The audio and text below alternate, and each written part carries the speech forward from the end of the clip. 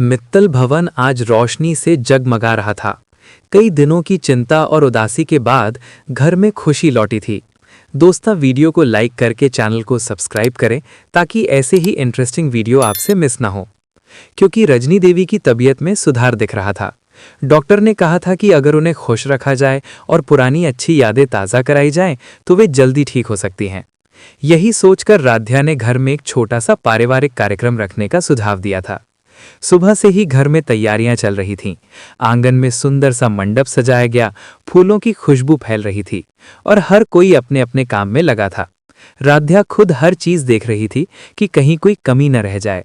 उसके मन में बस एक ही चाह थी, रजनी देवी मुस्कुराएं। शाम होते होते मेहमान और रिश्तेदार भी आ गए।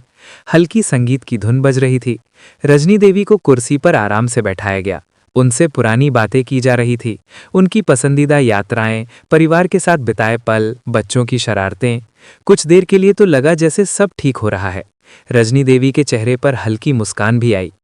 लेकिन तभी अचानक घर की सारी लाइटें बंद हो गईं। चारों तरफ अंधेरा छा गया। कुछ लोग घबरा गए, बच्चे चुप हो गए। किसी ने कहा शायद बिजली चली गई है। मोबाइल की टॉर्चें जलने लगी। उसी बीच मंडप की सजावट हिलने लगी, जैसे कोई उसे धक्का दे रहा हो। ऊपर से लटकी सजावट नीचे झुकने लगी। सावधान, किसी ने चिल्लाया। मंडप का एक हिस्सा रजनी देवी की तरफ गिरने लगा। तभी प्रथम बिजली की तेजी से दौड़ा और रजनी देवी की कुर्सी खींचकर उन्हें सुरक्षित जगह ले गया। अगले ही पल सजावट का हिस्सा नीचे गिर पड़ा। अगर एक पल की भी देर होती तो बड़ा हादसा हो सकता था।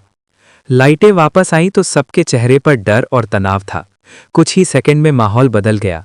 खुशियों की जगह शक ने ले ली। दादी गुस्से में बोली, ये सब कैसे हुआ? इतनी बड़ी लापरवाही? किसी की नजर राध्या पर गई। प्रोग्राम तो राध्या ने रखा था, इंतजाम भी वही देख रही थी। धीरे धीरे उंगलियां उसी पर उठने लगी। राध्या समझाने की कोशिश करती रही कि उसने सब ठीक से कराया था, पर कोई सुनने को तैयार नहीं था। शब्दों के तीर उस पर चलने लगे। वो हैरान थी कि अचानक सब उसके खिलाफ कैसे हो गया। प्रथम पहले से ही तनाव में था। उसे लगा कि अगर कुछ हो जाता तो। उसके मन में गुस्सा भर गया। पास ही फल काटने वाला चाकू रखा था, जिसे किसी ने अभी हटाया नहीं था। गुस्से में उसने उसे उठा लिया और राध्या की तरफ बढ़ा। प्रथम, नहीं! कई आवाजें एक साथ उठी। राध्या पीछे हटते हुए कहती रही, मेरी बात सुनो, मैंने कुछ नहीं किया। पर उस पल प्रथम का गुस्सा उस पर हावी था। जैसे ही उसने हाथ बढ़ाया, अचानक निहारिका बीच में आ गई। उसने अपना हाथ आगे कर दिया। चाकू उसके हाथ को छू गया और वो दर्द से चिल्ला उठी। खून का कोई भयानक दृश्य नहीं था, पर साफ था कि उसे चोट लगी है। घर में सन्नाटा छा गया। सब स्तब्ध रह गए कि निहारिका ने ऐसा क्यों किया। प्रथम के हाथ से चाकू गिर गया। उसे अपनी गलती का एहसास हुआ। वो घबरा गया। निहारिका, तुम बीच में क्यों आई? निहारिका ने धीमी आवाज में कहा, मैं नहीं चाहती थी कि घर में किसी के साथ कुछ बुरा हो।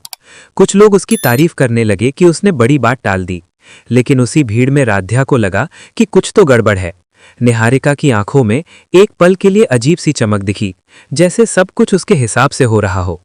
राध्या के मन में सवाल उठे, लाइटें अचानक क्यों गई? मंडप ऐसे कैसे हिला? और ठीक उसी समय इतना बड़ा ड्रामा कैसे हो गया? क्या ये सब सच में हादसा था या किसी की चाल? रजनी देवी चुपचाप सब देख रही थीं। उनकी याददाश्त भले कमजोर थी, पर उन्हें जैसे कुछ जुड़ता हुआ महसूस हो रहा था। रात खत्म हुई, पर मित्तल भवन में बेचैनी छोड़ गई। अब घर दो हिस्सों में बंटता दिख रहा था। कुछ लोग राध्या पर शक कर रहे थे, तो कुछ को लग रहा था कि सच्चाई अभी सामने आनी बाकी है। बड़ा सवाल अब यही था, क्या राध्या को इस घर से जाना पड़ेगा या वो सच्चाई साबित कर पाएगी? और क्या निहारिका सच में मासूम है या किसी बड़े खेल की खिलाड़ी? दोस्तों, कहानी यहीं खत्म नहीं होती। असली मोड़ अभी बाकी है। वीडियो को लाइक करें और चैनल को सब्सक्राइब करें ताकि ऐसे ही इंटरेस्टिंग अपडेट्स आप मिस ना करें। अगर आप भी राध्या को सपोर्ट करते हैं तो कमेंट में आई सपोर्ट राध्या जरूर लिखें।